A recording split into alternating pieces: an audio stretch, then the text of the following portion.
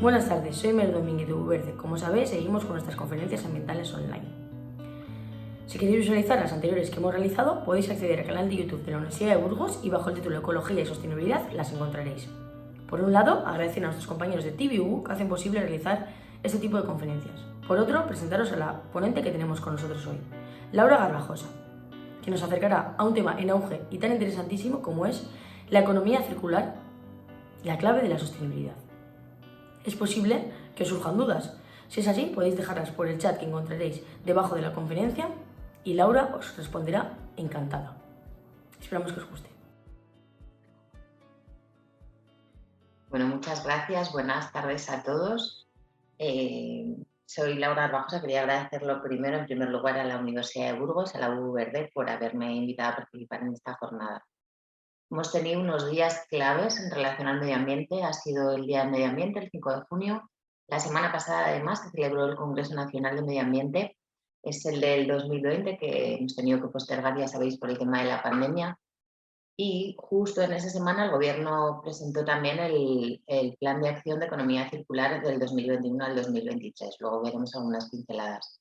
Entonces, parece unos antecedentes ideales para hoy venir a hablar de economía circular.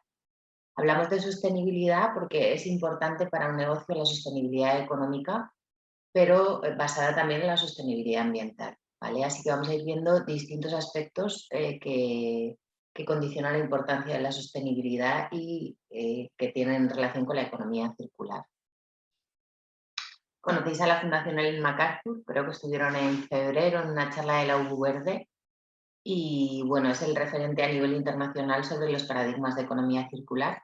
Ellos hace ya unos cuantos años lanzaron este diagrama de flujos en los que, bueno, es la mariposa que llamamos, hay la parte más biológica y la parte del sector más industrial, pero como veis, en distintas cascadas los flujos se van cerrando para volver a reintroducir los materiales. Pasamos de la economía lineal que decimos a una economía circular, pero como veis esos círculos pueden cerrarse con distintos sistemas, ¿no? Con distintas estrategias. Pues alargando la vida útil de los productos, reutilizándolos, reacondicionando o remanufacturando algunos productos que pueden tener una segunda vida o en último caso reciclando, ¿no? A lo largo de la jornada de la charla vamos a ir viendo distintas estrategias de economía circular. Os invito a visitar la Fundación Ellen MacArthur porque tiene distintas estrategias para sectores concretos o para temas concretos como plásticos. Para ellos la economía circular se basa en tres principios. En primer lugar, hablamos de eliminar los residuos y la contaminación desde el diseño. Sabéis que la Unión Europea indica que el 80% del impacto ambiental de un producto se define ya en su fase de diseño. Entonces es importante en el diseño disponer pues, qué materiales vas a utilizar o de qué maneras los vas a ensamblar, porque eso va a condicionar el impacto ambiental del producto. Además, lo que pretendemos es alargar los productos, o sea, alargar su vida útil y mantenerlos en uso.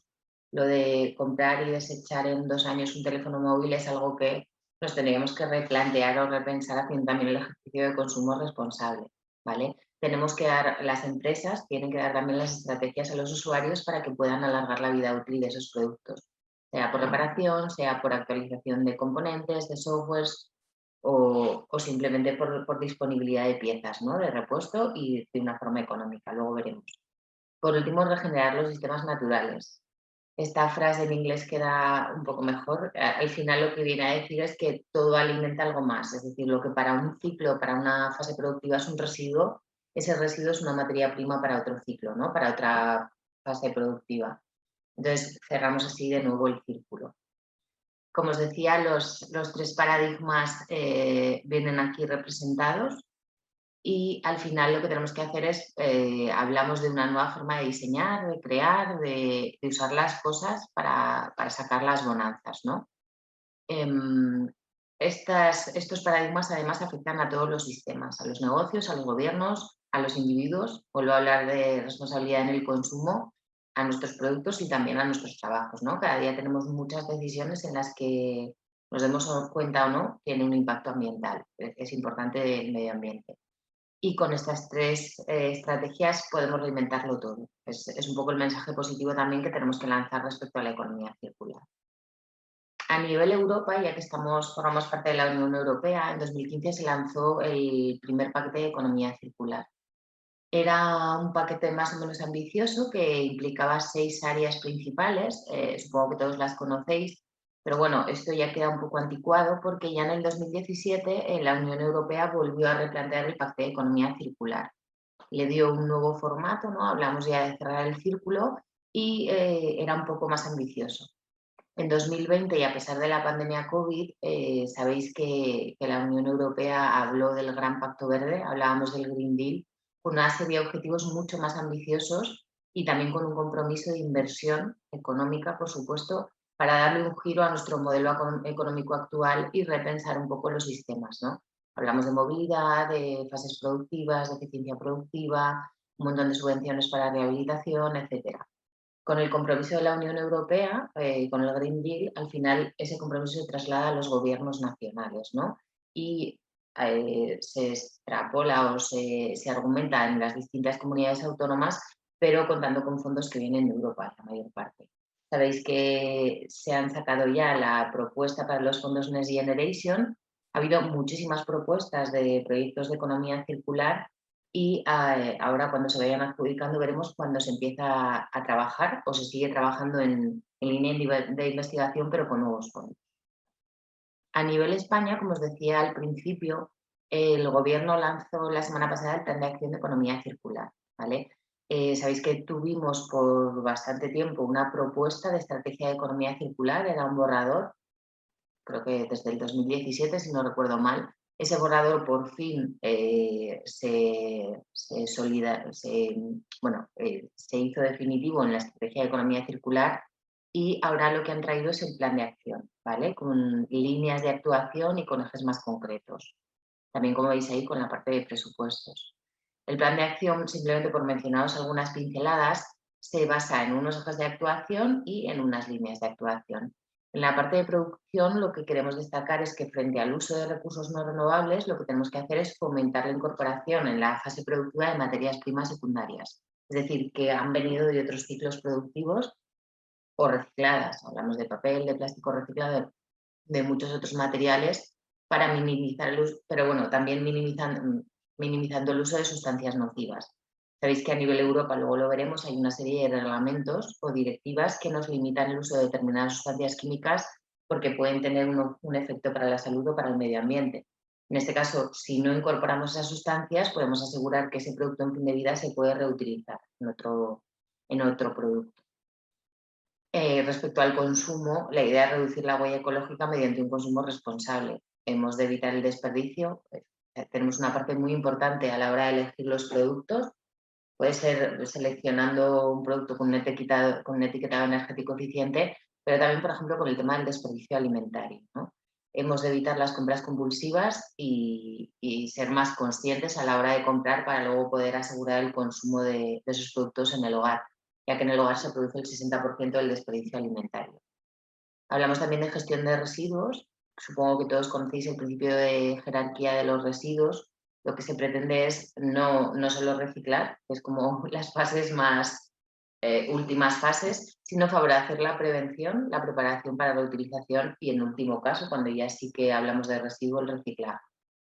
Hablábamos de materias primas secundarias para reducir el uso de recursos naturales no renovables e incorporar estas materias primas a los nuevos ciclos productivos.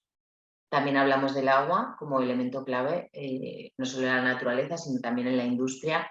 Hemos de hacer un uso eficiente del agua, protegiendo la cantidad y la calidad de las masas, en este caso, y haciendo un aprovechamiento sostenible, es decir, de acuerdo a la oferta que hay, ¿vale? Muchas veces tratamos de poner en marcha obras gigantescas, pues trasvases, grandes presas, etcétera, cuando al final lo que tenemos que aprender es hacer un uso, una gestión eficiente de las masas disponibles, ¿no?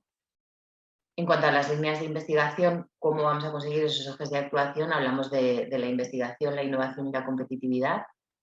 Se han de impulsar los nuevos conocimientos y las nuevas tecnologías, tanto para procesos como productos, servicios y los nuevos modelos de negocio, ¿vale? En este caso, mediante una colaboración público-privada, no solo con los ministerios o gobiernos, la Junta de Castilla, etcétera, sino también con los institutos de investigación o o distintas startups que puedan surgir de universidades, ¿no? Fomentando siempre la I+D+I. En este caso es clave, si queremos que nuestra economía sea sostenible a largo plazo, tenemos que adaptarla y para eso tenemos que invertir en investigación. También con la participación y sensibilización, implicando a los agentes económicos y sociales, pero no solo a las empresas y a COE, sino también a la ciudadanía, ¿no? A la hora de concienciar sobre los retos ambientales que a día de hoy tenemos. Se habla mucho de cambio climático, pero no sé hasta qué punto somos conscientes del gran impacto que tienen nuestras acciones en estos retos, ¿no? Tenemos retos ambientales, económicos y tecnológicos y hemos de tener muy en cuenta el principio de la jerarquía de residuos para conseguir estos retos. Y por último, gracias a las subvenciones y a los nuevos proyectos de I+D+I que vamos a crear, la idea es buscar nuevos puestos de trabajo y mejorar los existentes, ya sea en condiciones de ergonomía, si hablamos de automatizar procesos en una fábrica, o simplemente buscar nuevos puestos de trabajo que den calidad de vida también a los trabajadores. Hablamos de economía circular, entonces traía ya el círculo de economía circular, pasamos de una economía lineal de producir, utilizar y desechar a un cierre de círculo. Tradicionalmente o históricamente hablábamos de la fase de producción, de uso y de desperdicio, pero este ciclo de vida se ha vuelto mucho más complejo en los últimos años, ¿no? Como os decía antes, el ecodiseño, el diseño para el medio ambiente es clave. El 80% del impacto ambiental se determina en esta fase y hay muchas estrategias que podemos aplicar ya en la fase de diseño para conseguir reducir el impacto ambiental de los productos, ¿vale? También no solo, bueno, tras la fabricación del producto hablamos de propiedad, ¿vale? Antes estábamos acostumbrados a comprar, por ejemplo, una cinta, un CD, un Blu-ray, etcétera. Ahora hablamos de otros modelos de propiedad. Podemos hablar de modelos de uso, que luego veremos, pero también de leasing y de economía compartida. Luego veremos ejemplos. En el tema de uso hablamos de modelos de servicio, como os decía, ya no adquirimos una película físicamente, sino que tenemos el servicio de una plataforma que nos permite verla. Hace años había pocos ejemplos o menos ejemplos de modelos de servicio, pero cada día es más frecuente, ¿vale? Porque cada vez es menos necesario adquirir la propiedad de un producto. Muchas veces no conlleva nada, además implica una alta inversión y haciendo modelos de servicio es mucho más fácil adquirir estos productos, no adquirir, hacer uso de esos productos sin necesidad de adquirirlos. También tenemos la fase de retorno, ¿vale? Antes del desperdicio, en esta fase podemos tener en cuenta tanto la remanufactura del producto como la reutilización. Veremos luego las estrategias, podemos hacer remanufactura cambiando componentes, actualizando componentes o simplemente transformando el producto para darle un nuevo uso, ¿vale? En la fase, antes del desperdicio, hablamos también de la fase de reciclaje.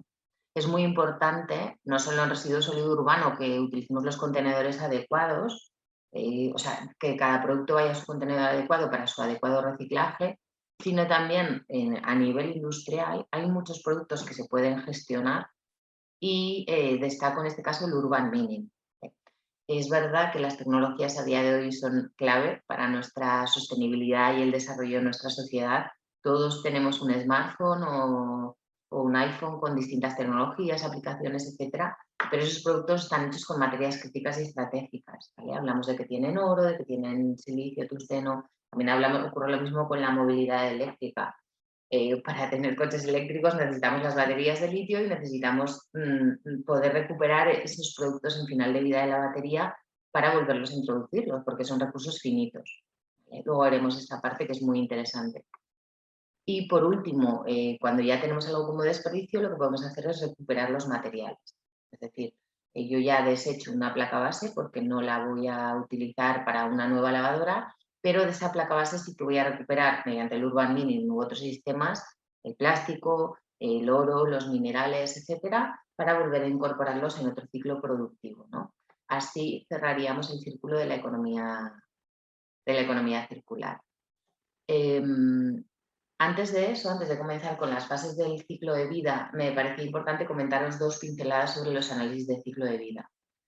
Es verdad que ha habido estrategias, como luego veremos de la Unión Europea, muy exitosas, por ejemplo, el etiquetado energético, cuando se establecieron unos parámetros que todos los fabricantes tenían uniformes para medir el impacto ambiental de un producto, en este caso por consumo energético, consumo de agua, fue todo un éxito, porque todos utilizaban la misma metodología a la hora de calcular ese impacto, ¿vale? ¿Qué ocurre si no hay esas normas establecidas, como ocurre en el etiquetado energético? Yo puedo decir que mi producto tiene muy poco impacto ambiental, pero no estoy comunicando de qué forma lo he medido, ¿vale? Aquí os he traído algunas pinceladas de bases de datos, como veis aquí, Gavi y Econbain son las bases de datos más utilizadas en Estados Unidos o aquí en Europa. Y bueno, en base a esas bases de datos yo puedo calcular el impacto ambiental de los productos. No he querido entrar mucho en esta parte porque da para mucho, pero bueno, históricamente yo venía trabajando con análisis de ciclo de vida y expresando el impacto ambiental en Recipe, que es un indicador en puntos que te agrupa 17 categorías de impacto ambiental.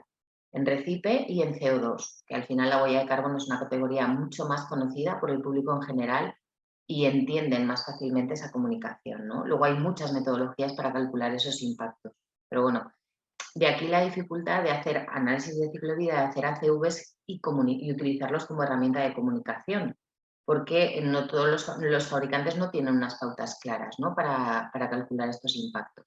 De todas formas, es mucho mejor calcular ese impacto ambiental y comunicarlo que no hacer como se hace actualmente. Algunas compañías comunican impactos sin decir cómo lo han calculado, ¿no? Queda muy bien decir que mi plástico reduce X toneladas de CO2, pero ni siquiera estás diciendo cómo lo has calculado en base a qué, ¿no? Eso tendería más a un greenwashing, entonces hay que tener rigor científico en este aspecto. Estas bases de datos las utilizamos mediante herramientas, perdonad. Aquí os he puesto SimaPro, es un software comercial, yo creo que de uso extendido. No es un software sencillo, porque es verdad que tiene muchísimas opciones de metodología, de endpoint, de midpoint, muchísimas opciones, pero sí que, bueno, ofrece demos y licencias a distintos aspectos comerciales, universitarias, etcétera, que nos permiten hacer los cálculos de impacto ambiental.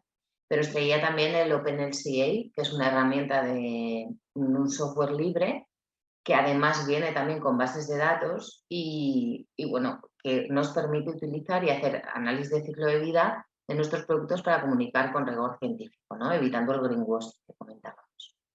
No incido más en esto, pero bueno, si tenéis luego cualquier cuestión, me podéis enviar cualquier consulta. Hay empresas que han definido su propio círculo, ¿no? de análisis de ciclo de vida, teniendo en cuenta la característica de sus productos. Al final, por ejemplo, aquí os traía el ejemplo de BSH, es un fabricante de electrodomésticos, fabricaba Laibos, Siemens, etcétera, y lo que hace es redefinir su ciclo de vida en base a sus productos y poniendo en valor las distintas estrategias que han ido desarrollando a lo largo de los años, ¿no? Por su compromiso con el medio ambiente, pero sobre todo hablando de los nuevos modelos de negocio, ¿no? Que veníamos comentando y las nuevas estrategias que están utilizando para recuperar los materiales valiosos y estos materiales recuperados volverlos a introducir en el ciclo de vida, ¿no? En una nueva fase productiva. Comenzando con las distintas etapas del ciclo de vida, hablamos primero de ecodiseño, de diseño para el medio ambiente, ¿no? Hay distintas estrategias que podemos tener en cuenta a la hora de ecodiseñar. Hablaríamos de diseño modular, de diseño para la reparabilidad, diseño para la reciclabilidad y teniendo en cuenta también los materiales críticos o estratégicos. Cuando hablamos de ecodiseño, quería traer, ya que la semana pasada fue el CONAMA, el Congreso Nacional de Medio Ambiente, en CONAMA 2016 recogía el premio de un embalaje ecodiseñado con un análisis de impacto ambiental, con un análisis de ciclo de vida completo que, que demostraba, ¿no? Las bondades de ese nuevo embalaje. Venía del grupo de trabajo de residuos de CONAMA y por eso iba más centrada en embalajes. En este caso, en estos últimos años, el concurso de ecodiseño se ha ampliado y bueno, ha permitido nuevas categorías de modelos de servicio, de productos, distintas categorías que cada año vamos actualizando, ¿no? De todas formas, para que el ecodiseño sea efectivo, la clave es hacer una formación periódica de diseñadores. Muchos ingenieros, cuando salen de la universidad, ni siquiera han oído hablar de ecodiseño. Nosotros hablábamos hace muchos años de que al final el ecodiseño desaparecerá porque todos acabaremos diseñando teniendo en cuenta el impacto ambiental de los productos. Entonces ya no se hablará de ecodiseño, se hablará de diseño porque todos diseñaremos teniendo en cuenta esas pautas, ¿no? A día de hoy, no sé si estamos todavía en esa fase, entonces es importante la formación periódica de diseñadores, porque cada día están saliendo nuevas soluciones, nuevos ensamblajes, nuevos materiales que tienen gran influencia en el impacto ambiental del producto. También es importante las visitas a plantas o a centros de investigación, a plantas de tratamiento, porque vemos cómo se gestionan los residuos en fin de vida, o a centros de investigación para conocer las nuevas tendencias, ¿no? Por eso es importante la participación en foros, en congresos, en jornadas, eh, y es importante también la participación, ya no solo de las grandes empresas, cada vez hay más proyectos europeos, aparte de los Horizon 2020 o los Interreg que puedan hacer las administraciones o los proyectos LIFE, con las nuevas subvenciones que se van a poner en marcha, hay una gran cantidad de proyectos europeos y la mayoría se basan en sinergias, es decir, en simbiosis industriales y en colaboraciones público-privadas. Yo hablo mucho del ODS 17, ¿no? Creo que la colaboración es clave en todos para que haya un ganar-ganar, tenemos que hacer colaboración entre todos para conseguir nuestros objetivos, ¿no? Y lograr los retos que comentábamos antes que tenemos, tecnológicos, ambientales, etcétera.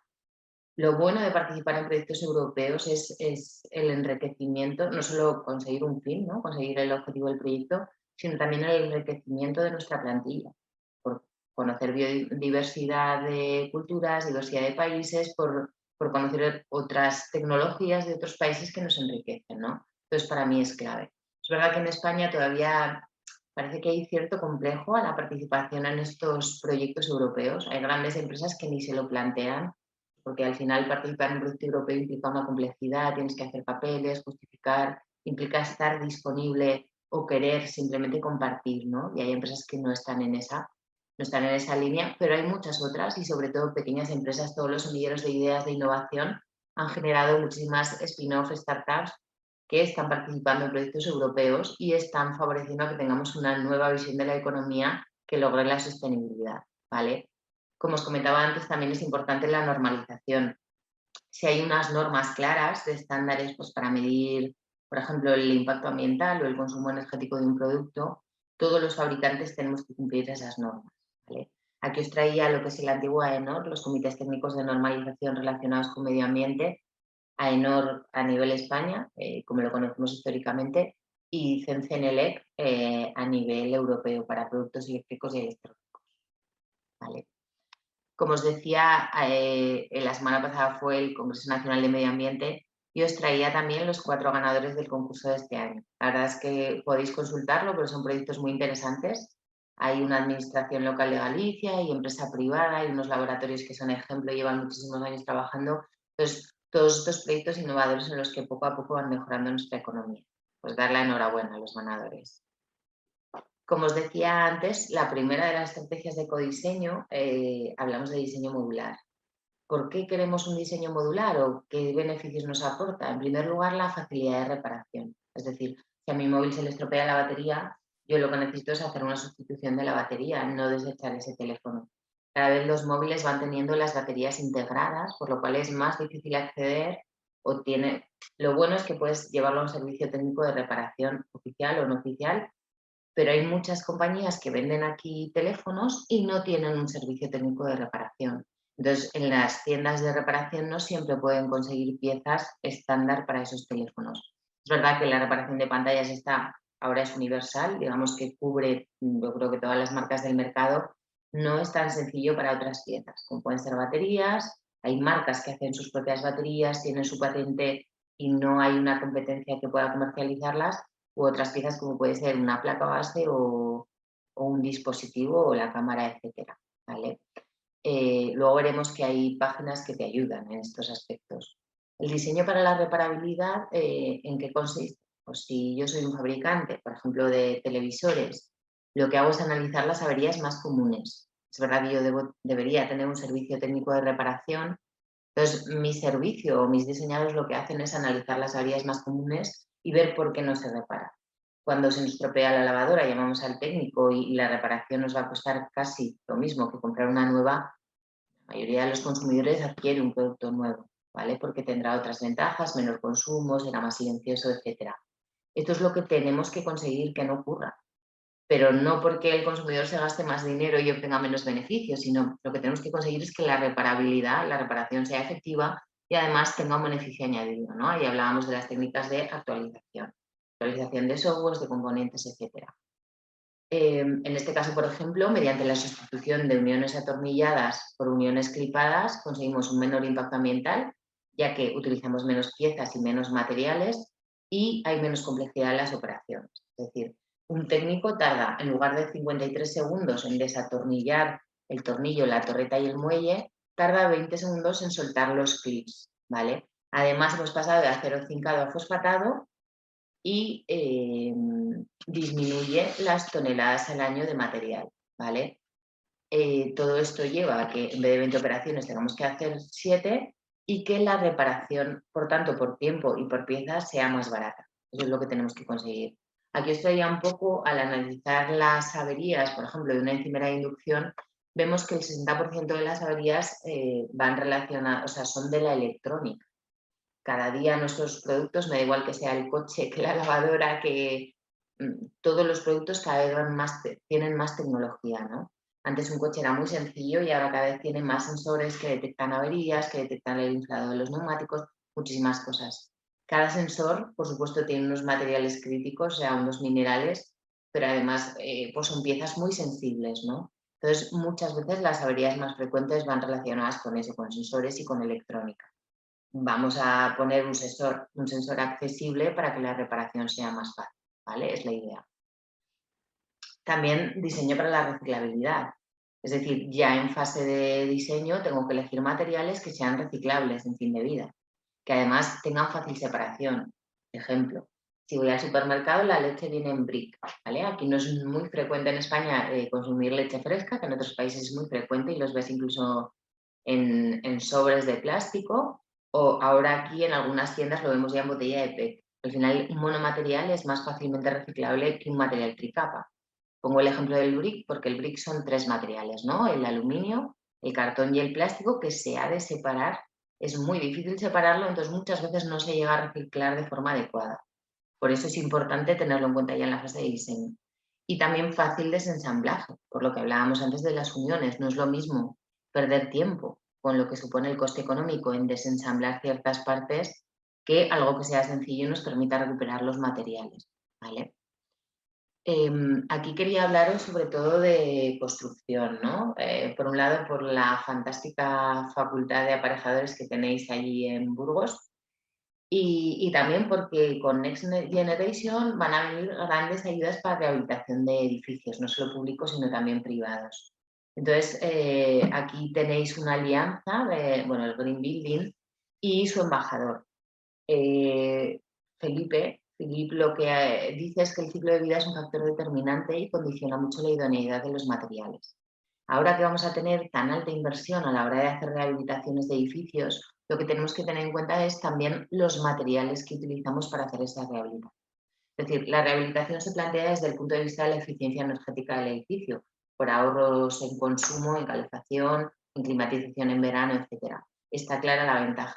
Pero cómo logremos ese aislamiento es también un factor clave para que esos materiales tengan una larga vida, pero también cuando terminen su vida se puedan reciclar de forma adecuada. Como os decía, vienen muchas subvenciones en este sentido. El Estado pagará hasta el 100% de las rehabilitaciones, son noticias de actualidad, o el Gobierno recuperará la deducción fiscal por rehabilitación. Es decir, puede haber una inversión directa mediante subvención o mediante deducciones fiscales, ¿vale? Son de abril del 21. Os traería también otros ejemplos, ¿no? El impacto de los materiales de construcción en el análisis de ciclo de vida. Ya hay empresas que están trabajando en este sentido. Entonces, a la hora de hacer rehabilitación de edificios, es importante que trabajemos con profesionales adecuados, ¿no? También os quería traer este trabajo fin de grado. La verdad es que conocía este trabajo y me parece muy interesante simplemente mencionarlo para que veáis cómo ya se está trabajando en esta línea, ¿no? Cómo se tiene en cuenta el impacto ambiental con estas 7 categorías, por ejemplo, esta compañera, de los distintos mecanismos de rehabilitación de los edificios, ¿no? Ella lo expresa, por ejemplo, en impactos por metro cuadrado de fachada asociados a las etapas estudiadas del ciclo de vida. Entonces, un trabajo muy interesante si queréis consultarlo. Hablaba antes de materiales críticos y estratégicos. No sé si todos conocéis este concepto. La Unión Europea hace ya muchos años se dio cuenta de que históricamente veníamos trayendo materias primas, el oro de América o otros materiales, pero en los últimos años ha ocurrido lo mismo. O sea, nuestra economía depende en gran medida o en alto porcentaje de los minerales que traemos de otros países. ¿Qué consideró la Unión Europea? Pues dos factores clave. En este caso, la importancia económica de esos minerales que se utilizan en la producción de nuestras fábricas en Europa y también el riesgo de suministro, ¿vale? La Unión Europea cada 3 años actualiza esta lista. En el 2014 sacó una lista basada en estos dos conceptos. En el 2017 ya incluyó un tema de impacto ambiental, aunque lo consideraba de una manera muy somera, ¿no? En el 2020 ha vuelto a actualizar la lista y sí que parece que tenía más en cuenta el impacto ambiental de los productos, pero en menor medida que estos dos. Entonces ahí veis la lista de los materiales críticos del 2020 y estos materiales esta lista se va actualizando periódicamente porque el devenir de la economía, o sea, lo que ocurre en la relación entre China y Estados Unidos condiciona mucho estos factores, tanto el impacto económico como el riesgo de suministro en algunos casos, ¿no? También en los que vienen de zonas de guerra. Y hace 3 años la Unión Europea sacó un reglamento europeo, es decir, de aplicación directa, para tasar los minerales que venían de zonas de conflicto, que se llaman, ¿no? Entonces tenemos el 3T Gold, bueno, que regula un poco esa extracción, ¿no? La manera en la que se consiguen esos minerales. En línea de películas conocidas como conocéis Diamantes de Sangre, pues en esa línea, pero teniendo en cuenta los minerales clave. En este caso, como os decía, bueno, ahí están los minerales, tenéis también las tierras raras, tanto las ligeras como las pesadas.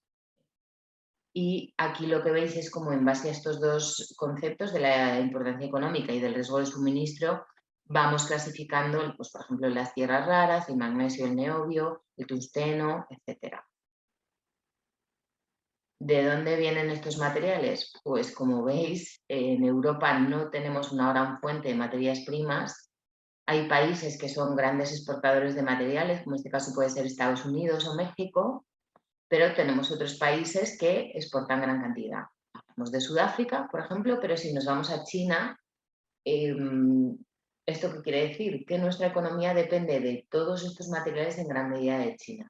Hace muchos años, cuando China no era una potencia tan fuerte de I+D, China era más bien un país de producción barata, ¿no? Entonces, muchas empresas que deslocalizaron la producción de Europa se fueron a Turquía, se fueron a China, a los países del este, pero con los años que ha ocurrido, China ha hecho una gran inversión en I+D+I y ahora mismo es un país muy puntero. Entonces ellos tienen la población, una economía activa y actual, además tienen la I+D+I, por lo cual innovan, ya no solo copian o fabrican lo que otros les encargan, sino que innovan y fabrican sus propios productos y además tienen las materias primas, ¿vale? Por eso la Unión Europea lleva ya muchos años hablando de materias críticas o estratégicas, porque al final tenemos una gran dependencia de los materiales que vienen de otros países, ¿vale? Cada vez que echamos un teléfono, que se nos rompe una pantalla, etcétera, tenemos que pensar en la cantidad de estos metales o estos minerales que están en él y claro, también por eso sube el precio de los productos, porque estos productos son finitos, cada vez su extracción es más costosa y por eso condiciona el precio. Cada vez nuestros aparatos tienen más tecnología y cada vez esos materiales son más caros. O sea, algo a tener muy en cuenta. Aquí el e-waste es el estudio que hace la Unión Europea todos los años. Saca un poco como un análisis de qué es lo que va a la basura de aparatos eléctricos y electrónicos y qué es lo que contienen esos aparatos. Aparatos eléctricos y electrónicos no solo me refiero a teléfonos, también ordenadores, electrodomésticos, ahí veis la lavadora, aire acondicionado, etc. Y van analizando de qué manera se desechan. En este caso es un análisis de los flujos de Alemania, pero en general el Waste Monitor lo que hace es sacar un análisis de todos los países de la Unión. Y aquí veis un poco cómo lo hacen, ¿no? La parte de cumplir, antes cumplían en el 2010 se hacía un adecuado reciclaje solo del 39% de los productos, ahora estamos en el 50%. Hemos mejorado, pero todavía aún estamos en el 50%. Hay una parte que antes se exportaba, sabéis que muchísimo plástico además con productos químicos se exportaba a otros países y ya ha habido normativas, China ya lo regularizó para que no lleváramos nuestra basura electrónica a esos países, ¿no? Y hay una parte que todavía sigue siendo no compliant, ¿no? Que no cumple. Ahí veis un poco las características, simplemente si tenéis curiosidad podéis consultar el monitor que es muy interesante.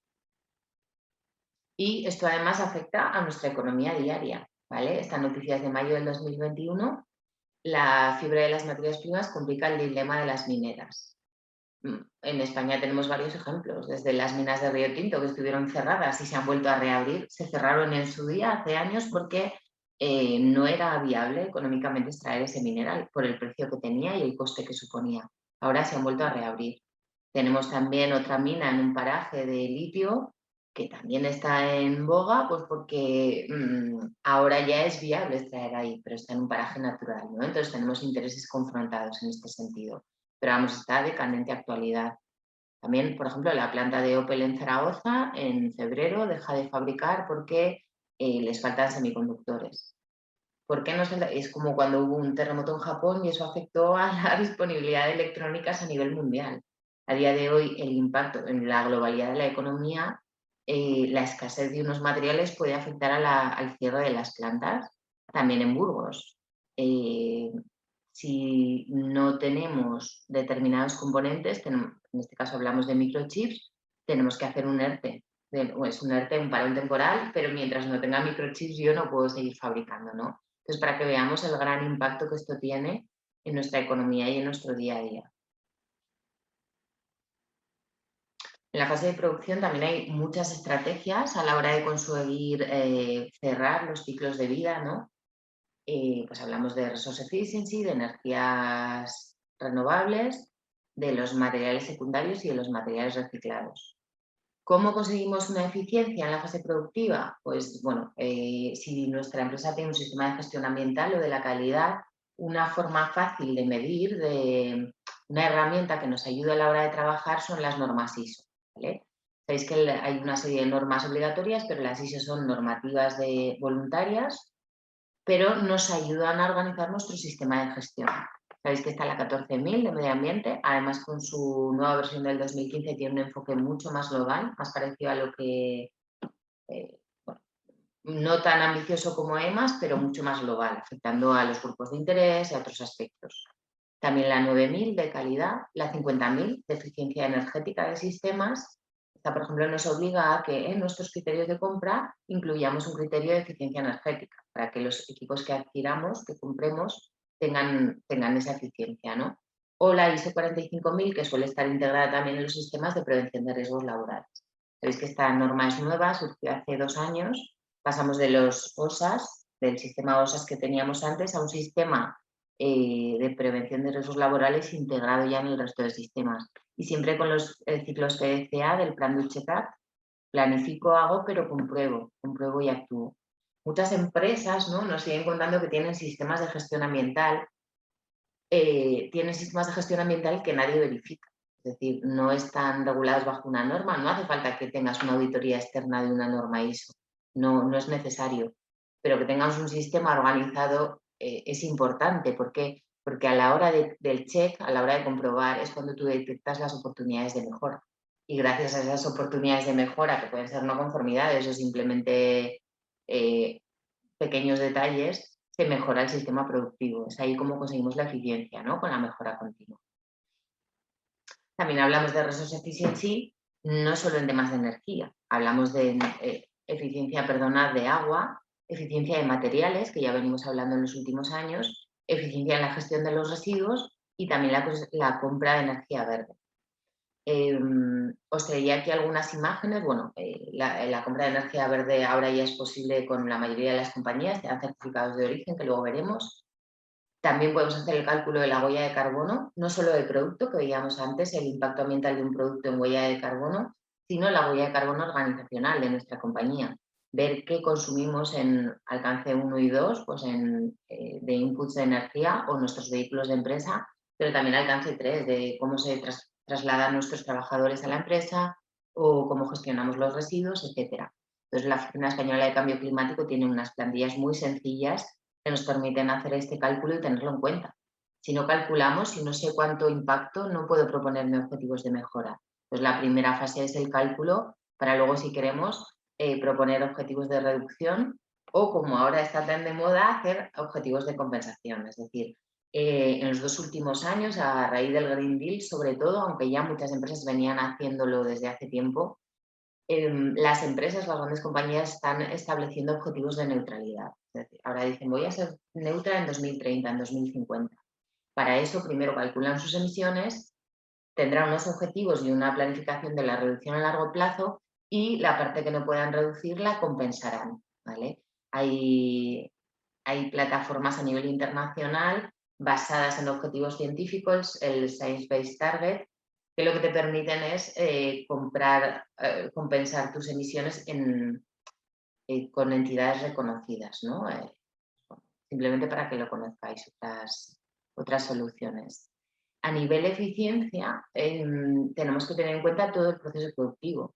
Entonces, una parte importante es cómo llegan los componentes o los productos a nuestro sistema.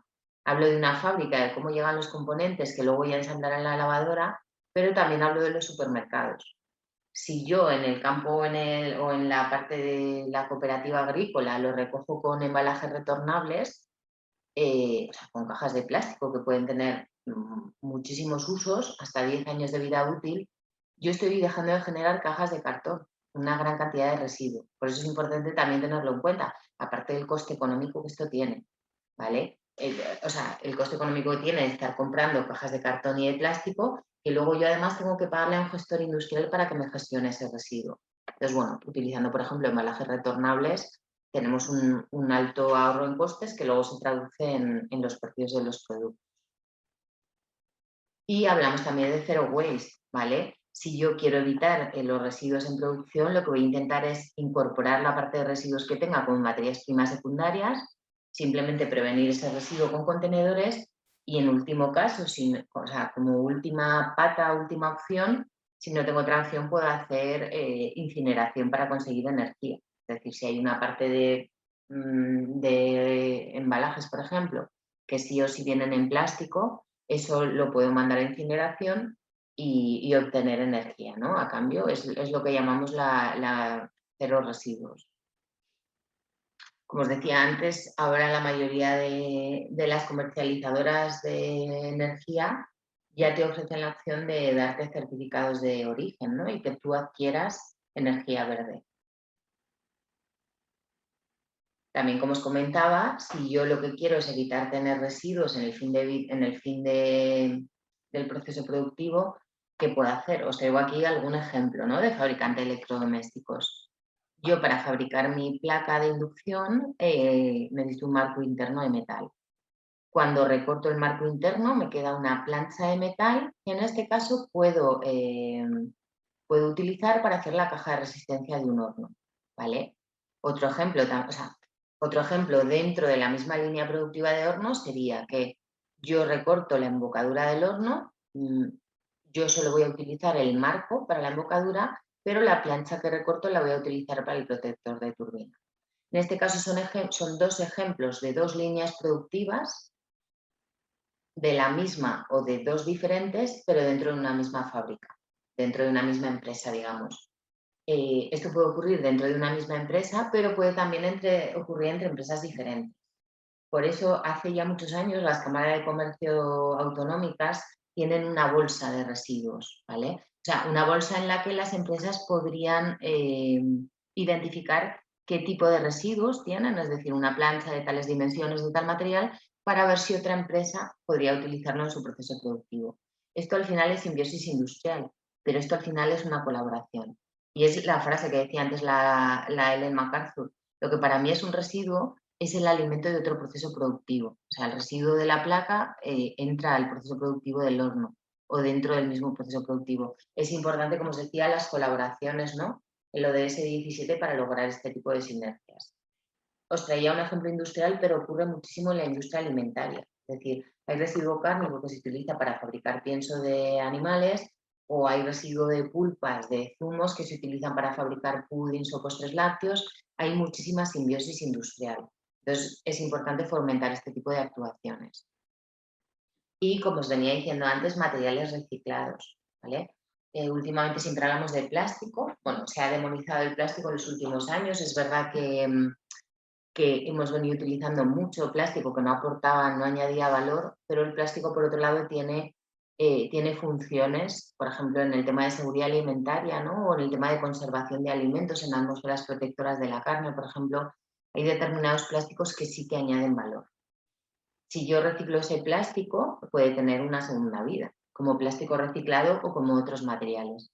En este caso os traía el ejemplo de Patagonia, porque es una de las empresas originales que comenzaron a reciclar cuerdas de escalada para hacer ropa, ¿no?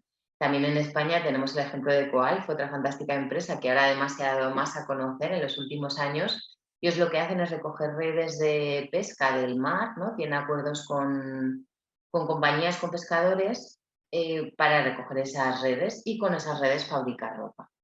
Al final, los productos pueden tener infinitas vidas. Una lata de aluminio de beber puede convertirse en una llanta de bicicleta o simplemente unas cuerdas de escalada en ropa, ¿no?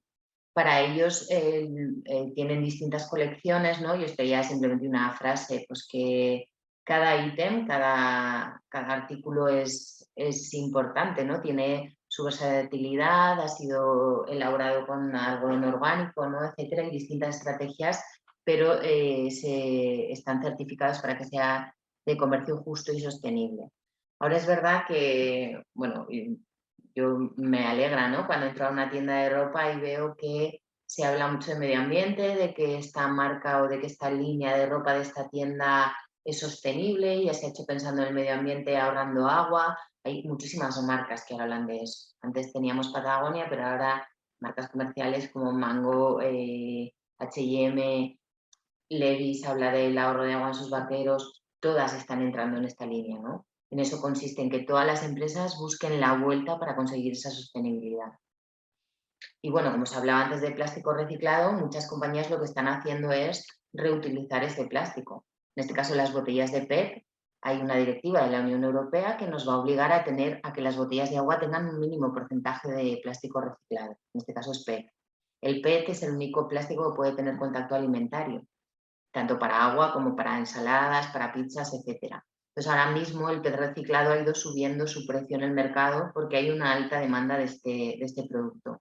Pero no solo Patagonia, también, por ejemplo, os traía otra enseña como puede ser Lidl, saca su gama de ropa o de zapatillas de producto de plástico reciclado. Hubo unas zapatillas de Lidl que salieron a subasta porque se agataron muy pronto y de colores, creo que no sé si las conoceríais, llegaron a tener un precio muy alto, siendo que estaban hechas de plástico reciclado, ¿no? Muchas veces al consumidor le tenemos que dar una vuelta, ¿no? y utilizar determinadas estrategias, pero bueno, al final estás haciendo un beneficio para el planeta, ¿no? Y por último, el tema de la automovilística. La mayoría de las empresas tecnológicas o muchas tecnológicas vamos detrás de lo que va haciendo el automóvil, ¿no? En el automóvil se han ido sustituyendo materiales aceros por plásticos para aligerar el peso, etcétera, y muchas compañías después, otros sectores han ido detrás. Aquí os el ejemplo del coche eléctrico que está fabricado con materiales reciclados y es eléctrico, hablaremos luego, bueno, hemos comentado el tema de las baterías, pero también cómo la tapicería del coche puede estar hecha con botellas de plástico reciclado. O sea, hay muchos temas. No he metido los biomateriales, pero es verdad que cada día hay más innovación, hay más y más de más sí, para conseguir envases de alimentos, por ejemplo, que vengan de residuos, pues de tallos de espárragos, ¿no? O sea, de la fécula de otros productos vegetales. Cada día hay más investigación en eso.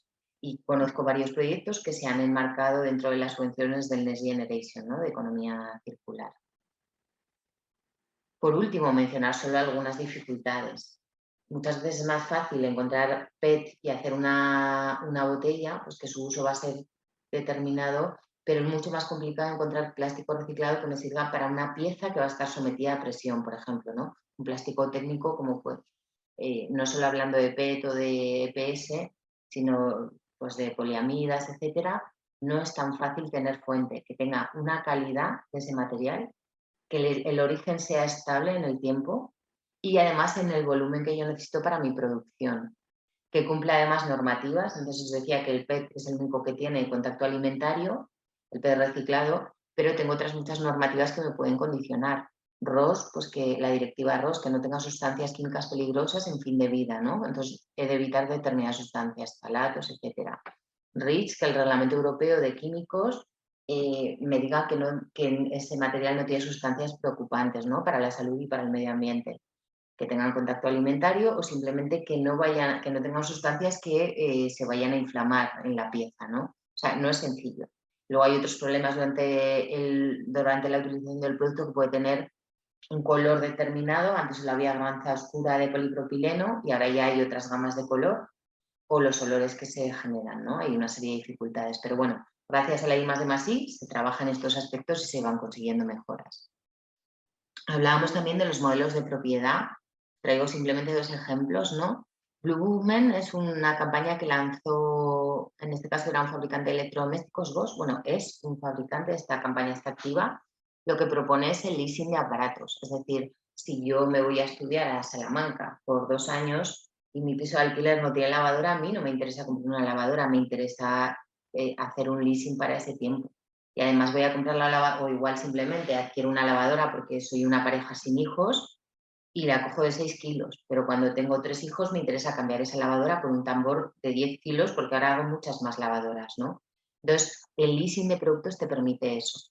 ¿Qué es lo que gana el fabricante? Que como no ha perdido la propiedad de ese producto, cuando el cliente me la devuelve después de X meses, yo puedo higienizar el producto, puedo sustituir la pieza que yo quiera, puedo actualizar el software para que tenga más programas de lavado, puedo hacer un montón de cosas. O cuando ese producto ya ha llegado al final de su vida útil, yo puedo recuperar los materiales valiosos porque sé qué tipo de plástico es, qué tipo de aluminio es, o conozco perfectamente mi producto, ¿no? Entonces, eso también es una ventaja que favorece la economía circular. Hablaban de modelo de leasing, pero también de economía compartida. Antes no era tan frecuente, pero todas estas son lavanderías que tenemos en Burgos a las que tú vas a hacer la colada. Puede ser que bajes habitualmente porque en tu casa no tengas lavadora, o simplemente cuando cambias la temporada y lleves el nórdico, ¿no? a una lavadora compartida. Cada vez es más frecuente ver este tipo de negocio. También en la parte de uso, ¿no? Hablamos de eficiencia de uso. Antes os traía este ejemplo del consumo energético y de agua de, por ejemplo, los aparatos electrodomésticos, del modelo de éxito, o sea, del caso de éxito que fue para la Unión Europea definir. Estas etiquetas se han ido extendiendo a televisores, a aires acondicionados, etcétera. Y así los fabricantes comunican y el consumidor tiene un factor más de decisión a la hora de adquirir el equipo, que igual es un pelín más caro, pero ese sobreprecio lo vas a amortizar en poco tiempo. Más ahora acabamos de sufrir una subida de la luz, ahora nos dicen que pongamos la lavadora a las 3 de la mañana, ¿no? Pero al final eso es una realidad. El coste de la energía lo puedes amortizar rápidamente en un aparato eficiente, ¿no? También hablamos del servicio de reparación, lo he comentado antes con las estrategias de diseño para la reparabilidad. Es importante que tú puedas reparar el producto, ¿no? Que tengas esa opción, que tengas profesionales cualificados, que se hagan visitas diarias, que puedas llamar, explicar tu problema. Igual si no es necesario que no vaya al técnico, si lo puedes solucionar tú haciendo un reset de la placa electrónica, o simplemente que dispongas de repuestos, ¿no? Ahora, luego lo veremos, pero ha cambiado la normativa de garantía. Traía el tema de las tecnologías, porque cada vez, como decíamos antes, los productos son más tecnológicos, tienen más sensores, más softwares, y este software nos permite tanto que el técnico se conecte al aparato y haga un mantenimiento preventivo, que vea, por ejemplo, cómo está la cal de la rueda, porque yo tengo un sensor que me lo dice, o que actualice determinados programas para que mi equipo, mi horno, mi lavadora, mi lavavajillas funcione mejor, ¿no?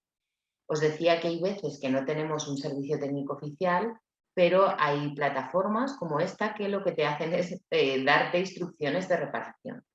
En las directivas de ecodiseño, la Unión Europea va a exigir esto a los fabricantes, es decir, ya no podrá un fabricante del sudeste asiático traer un aparato y no dar pautas de reparación. Eso va a tener que hacerlo si quiere comercializarlo aquí, pero bueno, contaremos con esa ayuda y con otras plataformas como esta que nos ayudan, ¿no? Como os decía recientemente, la garantía de fabricante se ha visto ampliada de 2 a 3 años. ¿Para qué? Pues para que el fabricante tenga la obligación de que tu producto funcione perfectamente, no solo los 2 primeros años, ¿no? Vamos a dejar de hablar de obsolescencia programada con los portátiles, con las tablets, con las baterías de los teléfonos, sino que tú me amplías la garantía y me aseguras que además en 10 años voy a tener esas piezas de reparación. Esto es clave para que ese producto no sea desechado y alargue la vida útil del mismo, ¿vale? Además, también hay plataformas muy interesantes. Os traía el de Raquel Iglesias, que ha desarrollado un sello de reciclabilidad. En este caso va más centrado en envases y al trabajo que está realizando desde hace tiempo Ecoembes, pero de esta forma lo que se hace es medir, ¿no? Antes hablaba del ejemplo de los bricks, es mucho menos reciclable un brick que una botella monomaterial de PET. Entonces, hay determinadas herramientas que nos ayudan en este aspecto. Y os traía también algunos ejemplos de, bueno, de empresas en Burgos que están ya trabajando hace mucho tiempo en economía circular. Os traía estos ejemplos, pero hay muchísimas más. Y bueno, cada vez hay más, ¿no? Y se está fomentando mucho más. Entonces, en este sentido sí que hay que lanzar un mensaje positivo. Ya cambiando de fases, a la fase de retorno, antes veíamos que hay distintas estrategias. Yo hablo siempre de logística inversa. La logística inversa podemos incluir muchísimas estrategias, podemos reutilizar un producto para volver a utilizarlo con el mismo uso, ¿no? Si está en buenas condiciones, puedo vender una lavadora de segunda mano y seguir utilizándola. También hay venta outlet. ¿Esto qué quiere decir? Pues si, por ejemplo, se ha dañado el embalaje de un producto, pero el producto está bien, muchas veces los comerciantes no lo meten en canal A, sino lo meten en B-Line, que llamamos, ¿no? En el canal B. De esta forma el producto se vende porque está en perfectas condiciones, tal vez ha sido solo el embalaje dañado y el fabricante evita tener stock almacenado de un producto que está perfectamente bien, ¿vale?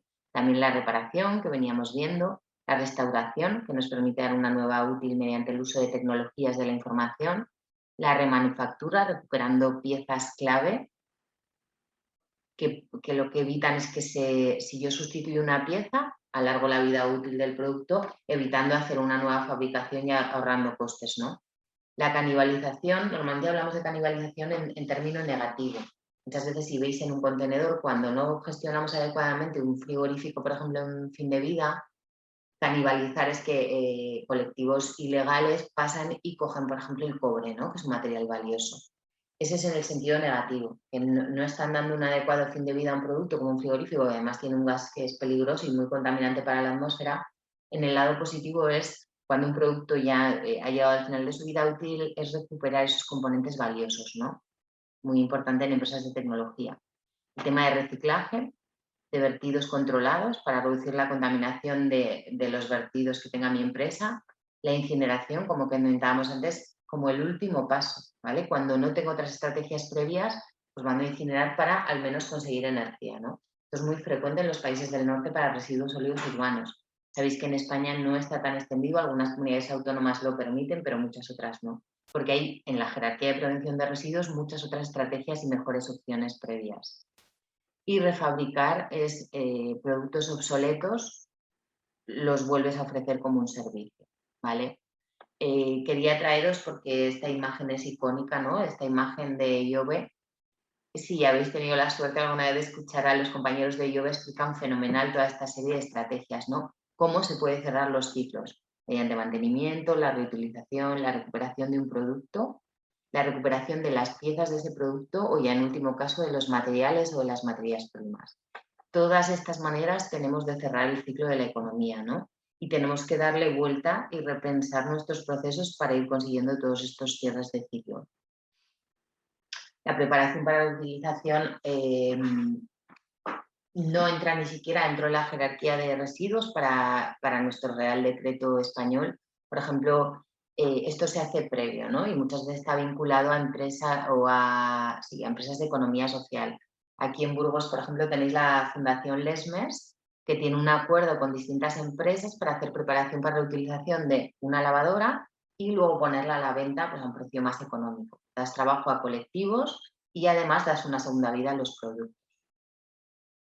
Y por último, simplemente nombrar a los scraps, ¿no? Que son los sistemas colectivos de gestión. Hay de pilas, de aparatos eléctricos y electrónicos, de residuos sólidos, urbanos, pues de plásticos, de papel, de vidrio, etc. Sabéis que ahora la idea era también crear como un sistema colectivo de gestión para el textil. que a día de hoy está como más deslavazado, pues crear esto mediante en la nueva ley de residuos, ¿no? Es la idea. Y por último, en la última fase hablaríamos de reciclaje. Hemos ido viendo distintas estrategias y os comentaba antes el tema de materias críticas, ¿no? En la fase de reciclaje tenemos que conseguir recuperar los materiales. Ya no son un residuo, sino que podemos tener muchos materiales valiosos, como veíamos antes el ejemplo del teléfono, ¿no? ¿Cuántos gramos de oro tengo en un teléfono? Pero no solo de oro, de tungsteno, de litio, de un montón de materias críticas que son importantísimas. Al final el mensaje que pretendía lanzaros hoy es que nuestra elección, o sea, lo que hacemos hoy es el legado para mañana, ¿no? Todas estas placas electrónicas que tienen tantos componentes valiosos es en lo que tenemos que pensar cuando tenemos la opción de elegir como consumidores, ¿vale? Y bueno, agradeceros simplemente vuestro tiempo y vuestra invitación. Clavo ahora mismo 1 hora de tiempo, pero bueno, os dejo por supuesto el correo de contacto por si tenéis cualquier duda, cualquier cuestión sobre lo que hemos hablado en la charla o sobre cualquier otra cuestión relacionada con medio ambiente y economía circular. Gracias de nuevo y muy buenas tardes.